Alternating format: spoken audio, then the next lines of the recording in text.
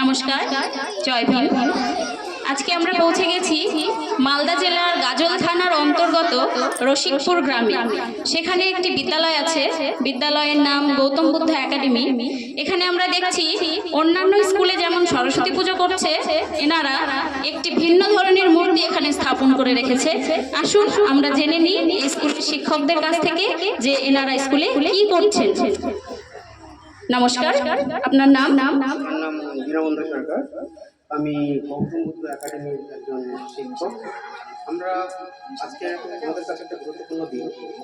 আমরা প্রতি বছরের ন্যায় এবছরও আমাদের বিদ্যার দেবী সাবিত্রীবাই ফুলে উদযাপিত সাবিত্রীবাই ফুলের একজন শিক্ষক, ইনি বলতে চাইছেন যে ইনি বিদ্যার দেবী যার মূর্তি আছে এনার নাম আমরা স্যারের কাছ থেকে জেনে নেব।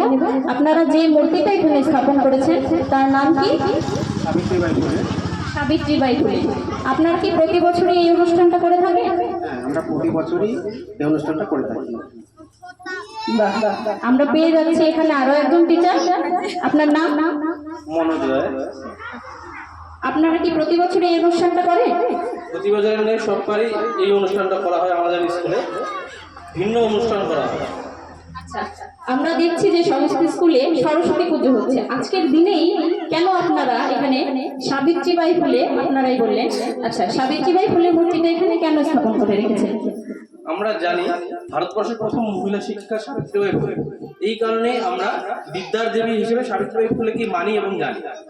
ধন্যবাদ স্যার। বাচ্চারাই দেখছি এখানে লাইন করে দাঁড়িয়ে আছে।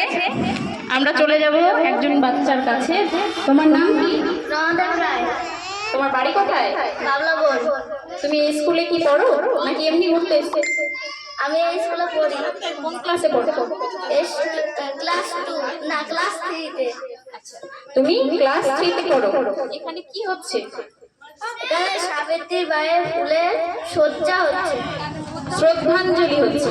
আচ্ছা, এখানে সাবিত্রীবাইয়ের শ্রদ্ধাঞ্জলি অনুষ্ঠান হচ্ছে। এনাকে তোমরা কিভাবে মানো? বিদ্যার দেবী। আচ্ছা, দেখুন এখানে অনেক বাচ্চারাই দাঁড়িয়ে আছে এনাকে পুষ্পাঞ্জলি দেবে বলে। আসুন আমরা এক এক করে দেখে নিই।